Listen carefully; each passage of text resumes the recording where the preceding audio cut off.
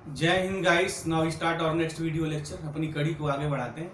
इसके पहले हम लोगों ने ये प्रूव किया कि अगर हमारे पास कोई infinite series of the positive terms है तो summation 1 n p is convergent for p greater than जे, पी ग्रेटर देन।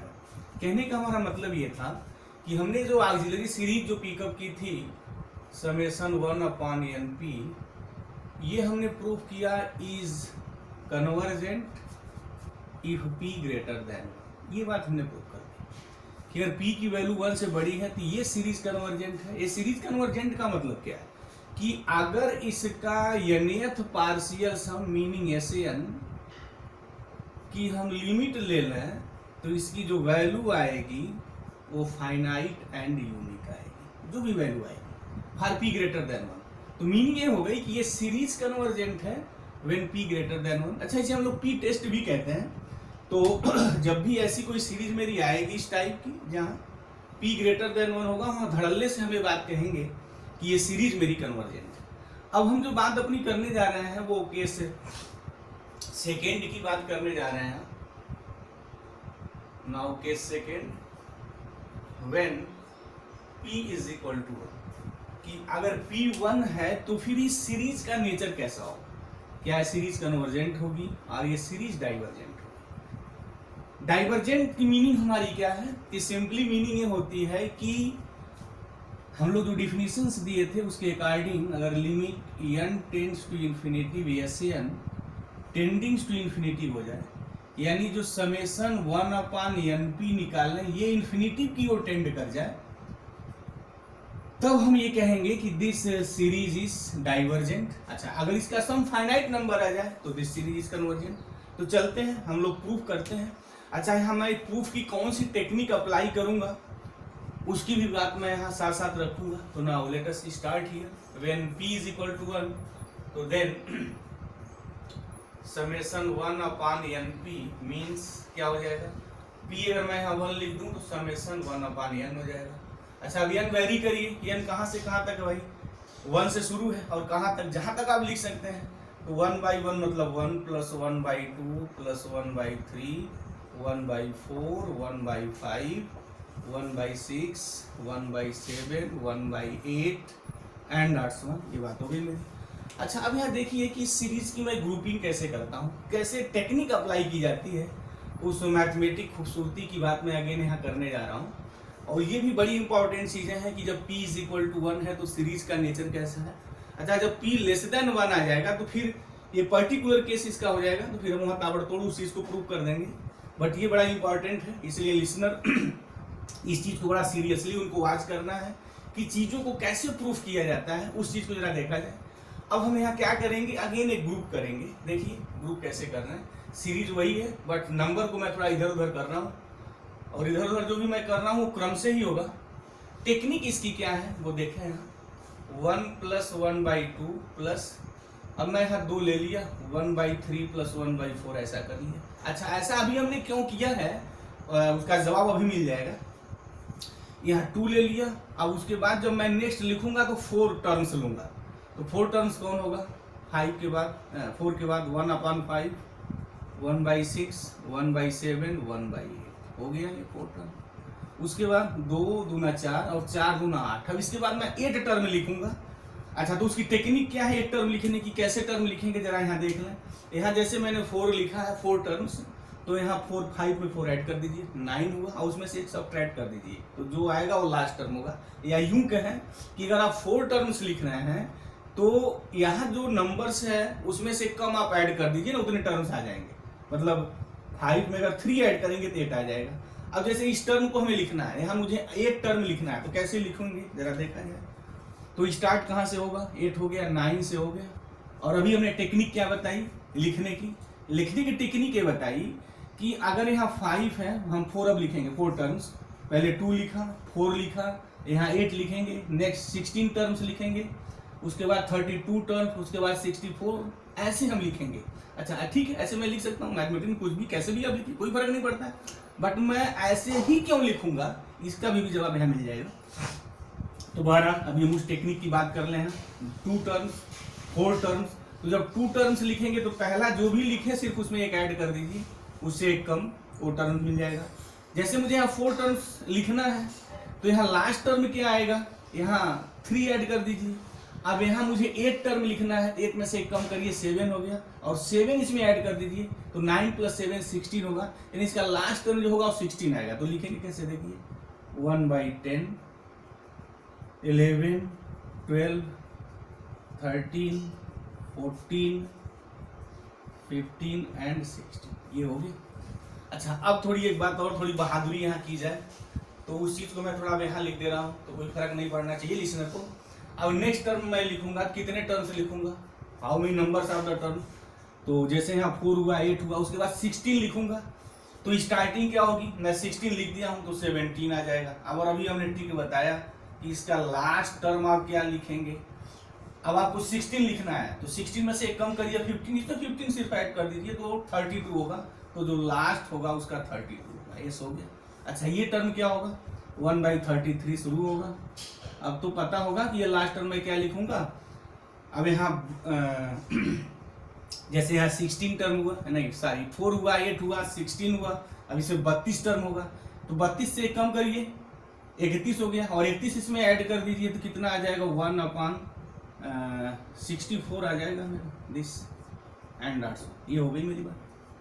अब यहाँ देखा जाए ऐसी ग्रुपिंग करने का, हमने ऐसी ग्रुपिंग क्यों की, ग्रुपिंग कर सकते हैं किसी तरीके से कर सकते हैं, कोई बाउंडेशंस नहीं है, बट इस ग्रुपिंग करने का हमारा उद्देश्य क्या है, हमें मिलेगा क्या, मैथमेटिक्स की यहाँ कौन सी ब्यूटी, कौन सी खूबसूरती मिलने जा रही है, या किन रहस्यों से हमारा पर्दा हटने जा रहा है, उस चीज की मैं यहाँ बात कर रहा हूँ। देखिए, अब इस 3-4 के बीच अगर मैं रिलेशन खोज लूँ तो सबको पता है कि 3 जो होता है लेस देन 4 होता है, बट 1/3 ग्रेटर देन 1/4। अब मुझे 1/3 और 1/4 का समेशन चाहिए, तो क्या करें, इसमें ऐड कर दीजिए, तो ये हो गया 1/3 + 1/4, दोनों साइड ऐड कर दीजिए। और पता है इनइक्वालिटी में अगर दोनों साइड कोई पॉजिटिव नंबर ऐड करते हैं तो इनइक्वालिटी में कोई डिफरेंस नहीं होता है, इनइक्वालिटी वही रहती है। अगर ग्रेटर है तो ग्रेटर रहेगी, लेस है तो लेस रहेगी, तो ग्रेटर देन 1/4 ऐड करेंगे तो 1/2 हो गया। तो ये मुझे जवाब मिल गया कि इसकी जो वैल्यू होगी 1/2 से ग्रेटर होगी। ठीक है, चलिए अब नेक्स्ट जरा देखते हैं। अब नेक्स्ट क्या करेंगे, 5 और 8 के बीच रिलेशन निकालेंगे। जैसे हाँ, अब उसमें ट्रिक रिजल्ट की बात करने जा रहा हूँ, ताकि बहुत स्टूडेंट देखते हैं, बिगिनर स्टूडेंट याद करता है या इसको प्रूव को वो बहुत अच्छे से समझ नहीं पाता है, छोड़ देता है, तो उन सबके लिए मैं एक ट्रिक की बात यहाँ करने जा रहा हूँ। जैसे हमने यहाँ 3 और 4 के बीच रिलेशन खोजा, अब आप यहाँ 5 और 8 के बीच रिलेशन खोजिए और बाकी उन नंबरों को देखिए कि वैसे सेट हो रहे हैं नहीं। जैसे हमने 3 और 4 के बीच रिलेशन खोजा ना, सबको पता है कि ये तो थोड़ा ऐसे हो गया भाई, सॉरी 3 लेस देन 4। अब यहाँ खोज लीजिए 5 और 8 के बीच रिलेशन क्या है, सबको पता है 5 लेस देन 8 है, बट 1/5 करेंगे तो ग्रेटर देन 1/8 हो जाएगा। सिमिलरली मैं प्रूव कर सकता हूँ, आप देख लीजिए, या प्रूव क्या कर सकते हैं, this is the common sense of the mathematics. 1/6 greater than 1/8, 1/7 greater than 1/8। अब इन सबको ऐड करिए, तो इन सबको ऐड करेंगे तो क्या मिलेगा, 1/5 + 1/6 + 1/7। इसको मैंने ऐड किया तो ग्रेटर देन क्या होगा, 1/8 1/8 1/8, 3 टाइम्स तक ऐड करेंगे तो दिस इज द 3/8। अच्छा, मुझे अब यहाँ 1/8 चाहिए तो 1/8 दोनों साइड में ऐड कर दीजिए। तो सबको पता है इनइक्वालिटी तो वही रहनी है, तो यही रहेगी, ग्रेटर देन है तो ग्रेटर देन रहेगा। अच्छा, ऐड किए हैं + 1/8, this is the greater than, तो ये हो जाएगा 1/5 + 1/6 1/7 1/8 ग्रेटर देन व्हाट, 3/8 + 1/8 4/8, और 4/8 सबको पता है कन्वर्ट इनटू 1/8। इसकी मीनिंग क्या हो गई, अगेन ये ब्रैकेट हम लिख सकते हैं ग्रेटर देन 1/2। जरा इस ब्यूटी को, इस खूबसूरती को, मैथमेटिक्स की इस टेक्निक को स्टूडेंट ध्यान से देखें और थोड़ा आनंद भी लें कि इस ब्रैकेट की जो वैल्यू होगी डेफिनेटली ग्रेटर देन हाफ होगी। हमने ये बात प्रूव कर दी, हमने क्या प्रूव कर दी, आप भी प्रूव कर सकते हैं, पर टेक्निक नहीं बता रही होगी, बताओ टेक्निक तो मिल गई। इस जो ब्रैकेट की वैल्यू है डेफिनेटली ग्रेटर देन 1/2 है, और यही नहीं, अगर इसकी आपको इनइक्वालिटी निकालनी है तो कैसे निकालेंगे, अभी हमने किस टेक्निक की बात की थी कि अब आप 9 और 16 में रिलेशन खोजेंगे, तो पता है 9 और 16 में रिलेशन क्या होता है, 9 is less than 16, but 1/9 greater than 1/16। अब क्या करिए, 1/10 डेफिनेटली ग्रेटर देन 1/16। देख लीजिए 11 भी ग्रेटर देन 1/16 है।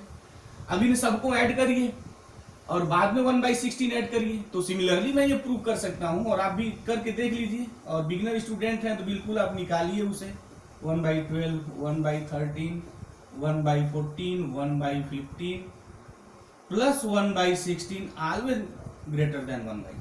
मीनिंग क्या होगा कि अगेन ये bracket, this bracket is greater then 1/2। Similarly ये भी ग्रेटर देन 1/2, ये भी ग्रेटर देन 1/2, बाकी जो भी ब्रैकेट होगा ग्रेटर देन 1/2, 1/2, 1/2 ऐसे मैं लिख सकता हूँ। और ऐसे कितने ग्रुप बनेंगे, क्योंकि infinite numbers of the terms हैं, तो infinite numbers of the group बनेंगे। कहने का हमारा मतलब क्या हुआ कि अगर इसका हम यूज, अगर इसका मैं नामकरण संस्कार यहाँ स्टार कर दूं, तो यूजिंग दीज इनइक्वालिटीज, अब ऐसे मैं रहने दे रहा हूं ताकि जो बिगिनर स्टूडेंट्स हैं इसको साथ साथ नोट भी बनाते रहें। Using these inequalities in equation और in relation star, we have, क्या होगा, समेशन जो 1/n होगा। अच्छा ये तो इक्वल है, बट जब मैं ये यूज करूंगा 1/3 प्लस 1/4 को मैं लिख सकता हूं this is the greater than half. तो अच्छा ये जो ब्रैकेट है अगेन ग्रेटर देन हाफ, तो मीनिंग क्या हो जाएगी हमारी, अगर इन सबको मैं ऐड करूं तो फाइनली हमें क्या मिलेगा कि greater than summation 1/n greater than 1 plus 1/2, ये प्लस 1/2 आप ऐड कर लीजिए। क्या करना है, इसको ऐड करिए, इसको ऐड करिए, ये मिले इसको ऐड करिए, बाकी जो मिले उसको ऐड करिए, सबको आप ऐसे बना के ऐड करिए तो आपको मिल जाएगा पूरा।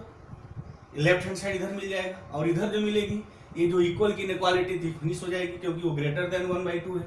ईच ब्रैकेट ग्रेटर देन 1/2, और सभी ब्रैकेटों को अगर आप ऐड करेंगे तो all these greater than 1/2, greater than 1/2। बात समझ में आ रही होगी, प्लस 1/2 प्लस 1/2 प्लस 1/2, कब तक लिखते रहेंगे, एंड आर्ट्स में लिखते रहिए जहां तक आप लिखते सकते हैं। आप थक जाएंगे बट पूरा नहीं होगा। अच्छा अब उस चीज को मैं कैसे लिखूंगा, 1/2 1/2 1/2 एंड आर्ट्स 1 व्हाट, कितने टाइम्स तक है भाई वो, अगर मैं उसको जनरलाइज कर दूं तो फिर क्या हो जाएगा वो, अब सबको पता है। क्लाइमेक्स की ओर हम लोग आ गए हैं, बट अब रहस्य से पर्दा हटने जा रहा है।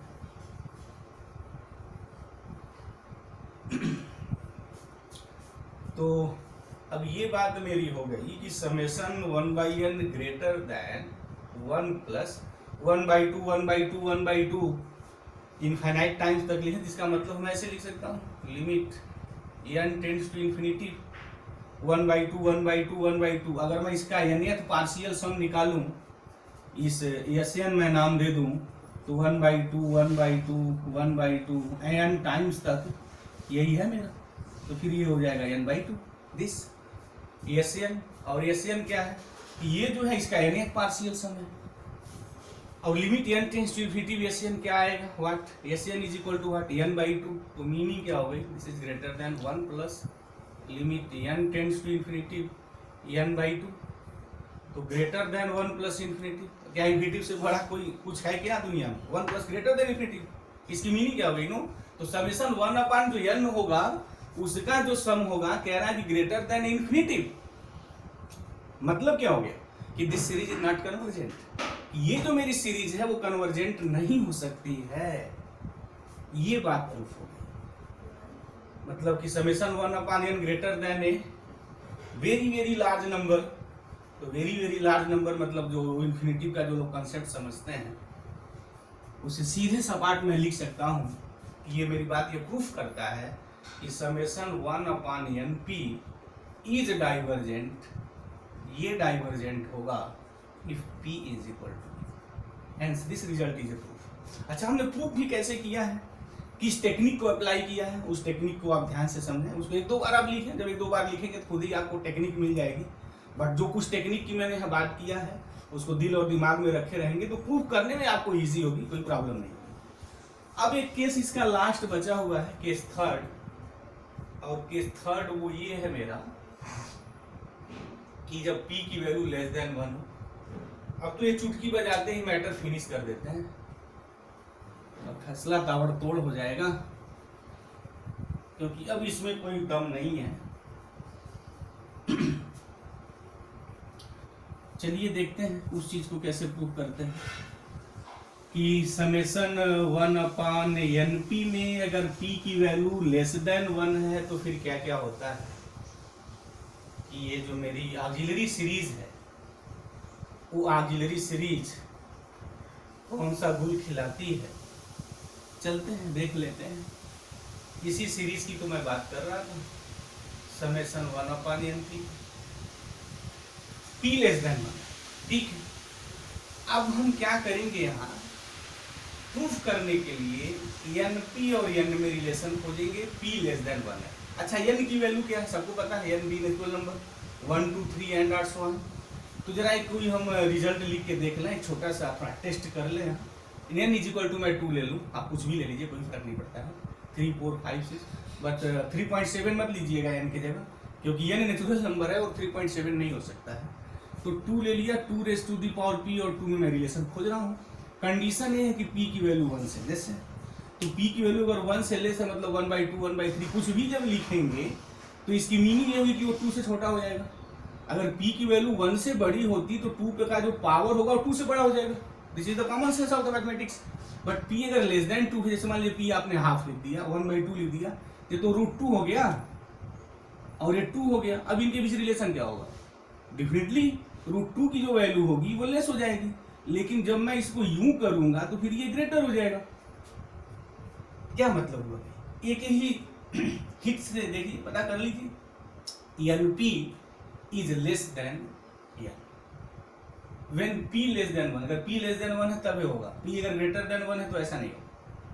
अगर इसको मैं रिवर्स कर दूं तो 1/NP ग्रेटर देन 1/N हो जाएगा फॉर ईच N। अच्छा, N इज इक्वल टू अगर 1 लिखेंगे तब तो उसके लिए बात है, नहीं तो सीरीज में N इज इक्वल टू कुछ टर्म की बात होती नहीं है, एक दो टर्म छोड़ने से कोई फर्क नहीं पड़ता है। सम पे फर्क पड़ जाएगा बट कन्वर्जेंट और डाइवर्जेंट के नेचर में फर्क नहीं पड़ेगा। तो हम यहाँ कन्वर्जेंट और डाइवर्जेंट के नेचर्स की बात करने जा रहे हैं, सम नहीं निकाल रहे हैं। वो सीरीज देख रहे हैं कि उनका सम फाइनाइट नंबर मिल रहा है या नहीं मिल रहा है। तो अगर यही बात है तो मैं अगर समेशन लगा दूं दोनों साइड में तो फिर ये भी ग्रेटर देन समेशन 1/N हो जाएगा। और अभी हमने प्रूफ किया कि summation 1/N is divergent series. अभी हमने प्रूफ किया दिस कि समेशन 1/NP जो है अगर p इज इक्वल टू 1 है तो this series is the divergent, मतलब उसका सम जो होगा हमारा फाइनाइट नंबर नहीं मिलेगा। अभी हमने प्रूफ किया कि summation 1/N this is the divergent series है, मतलब डाइवर्ज करती है। और समेशन 1/NP इस केस में समेशन 1/N से बड़ा है, तो एक ऐसी सीरीज है जो डाइवर्जेंट सीरीज से बड़ी। डाइवर्जेंट सीरीज का मतलब सिंपली बस यही है भाई कि उसका जो सम होगा करेंगे तो इनफाइनाइट मिल जाएगा। आप सीधे सपाट समझिए, मैथमेटिक्स के बड़े आप टेक्निकलिटी मत प्रवेश करिए, क्योंकि अभी आप इस चीज को सीख रहे हैं तो आपके लिए चीजें वो थोड़ा इजी होगा। तो समेशन 1/N जो डाइवर्जेंट सीरीज है, और अगर p लेस देन 1 है तो summation 1/NP greater than a divergent series, greater than infinity. तो इसका मतलब क्या हो गया, ग्रेटर देन इन्फिनिटी तो पॉसिबल है नहीं, मतलब मीनिंग ये होगी कि ये भी डाइवर्ज कर जाएगी। इसकी सिंपली मतलब यही है। तो दिस इंप्लाइज हेंस तो प्रूफ हो गया। तो summation 1/NP is what, divergent. ये डाइवर्जेंट हो जाएगी इफ p हमारा लेस देन 1। तो फाइनली हमारा जो कंक्लूजन निकला वो क्या निकला, कंक्लूजन ये निकला कि जो पॉजिटिव सीरीज हमारे पास है, ये जो इनफाइनाइट जो सीरीज है समेशन 1/NP, ये कन्वर्जेंट होगी। कब कन्वर्जेंट होगी, इफ p ग्रेटर देन 1, कोई भी p अगर greater than 1। Summation 1/NP is divergent, ये डाइवर्जेंट है if what, p less than or equal to. Meaning ये है कि समेशन 1/N भी डाइवर्जेंट सीरीज है, मीनिंग कि 1 + 1/2 + 1/3 + 1/4 plus and are so on. अगर इसको infinite numbers of the terms तक हम ऐड करें तो वो टेंड्स टू इन्फिनिटी हो जाएगा। ये बात हो गई कि अगर p अगर इज इक्वल टू 1 लिखेंगे मतलब इस टाइप की जब सीरीज आएगी तो भी वो डाइवर्जेंट है। अच्छा, अगर p लेस देन 1 है तो लेस देन 1 कोई नंबर ले लीजिए, जैसे समेशन कोई स्टूडेंट ले लेता है 1/p की जगह 1/2 √n हो गया। अच्छा, कोई समेशन 1/, यहाँ p की जगह 1/3 ले ले तो n raise to the power 1/3। These are all the series the divergent series. मतलब ये हो गया कि अगर p की वैल्यू अगर लेस देन 1 है तो डाइवर्जेंट है, 1 है तब भी वो डाइवर्जेंट होगी। अगर इज ग्रेटर देन 1 है तो this series is the convergent. और इस सीरीज को हम लोग ऑक्सिलरी सीरीज कहते हैं and this is the p test. इस चीज को हम लोग पी टेस्ट भी बोलते हैं और इसका हम लोग क्वेश्चंस में बड़े बाकमाल ढंग से यूज करेंगे। अब आगे की वीडियो लेक्चर्स जो हमारी होगी वो डिपेंडिंग होगी कि कंपैरिजन टेस्ट क्या है, टेस्ट की दुनिया में चलेंगे। अब सिंपली अब हम ये देखेंगे नेक्स्ट वीडियो लेक्चर्स में कि कोई सीरीज गिवन होगी तो हम एक टेस्ट करेंगे कि वो मेरा सीरीज कन्वर्जेंट है या डाइवर्जेंट है। अभी हम ऑक्सिलरी की बात नहीं करेंगे, जब हम कन्वर्जेंट टेस्ट की बात कर लेंगे। अगर कन्वर्जेंट नहीं है तो डाइवर्जेंट होगा, अभी मेरी बात यही चलेगी। और टेस्ट की दुनिया में वो हम शुरू करेंगे और वो टेस्ट हमारा जो स्टार्ट होगा पहला कंपैरिजन टेस्ट। तो कंपैरिजन टेस्ट के बारे में थोड़ा ट्रेलर दे दें कि वो ये है कि जैसे नाम ही है कंपैरिजन करना, तो हम यहाँ कंपेयर करके बात देखेंगे कि एक सीरीज गिवन है तो दूसरी एक सीरीज हम ऐसे लेंगे उनका बीच कंपेयर करेंगे कि मेरी ली हुई सीरीज का नेचर क्या कन्वर्जेंट है या डाइवर्जेंट है। अच्छा, जो मैं सीरीज लूंगा वो नोन होगी डेफिनेटली कि वो कन्वर्जेंट है डाइवर्जेंट है, उसके अकॉर्डिंग बात करेंगे कि जो गिवन सीरीज है वो सीरीज मेरी कन्वर्जेंट है या डाइवर्जेंट है। तो नेक्स्ट वीडियो लेक्चर्स हमारी अब टेस्ट की दुनिया की बात शुरू होगी। अब इस रिजल्ट को हमने प्रूव किया क्योंकि ये this is very important in academic और इसका हम डिफरेंट क्वेश्चंस में भी इसका बड़ा धड़ल्ले से यूज करते हैं। बड़ा जब हम बहुत सारे क्वेश्चंस लगाएंगे तो इन सब बातों को दिखाएंगे। तो मुझे उम्मीद है कि ये प्रूफ बिल्कुल क्लियर हो गया होगा। अगर नहीं क्लियर है तो कमेंट बॉक्स में जाइए, आप कमेंट करिए, हम उसका पूरा जवाब देंगे। तो thank you very much guys, जय हिंद।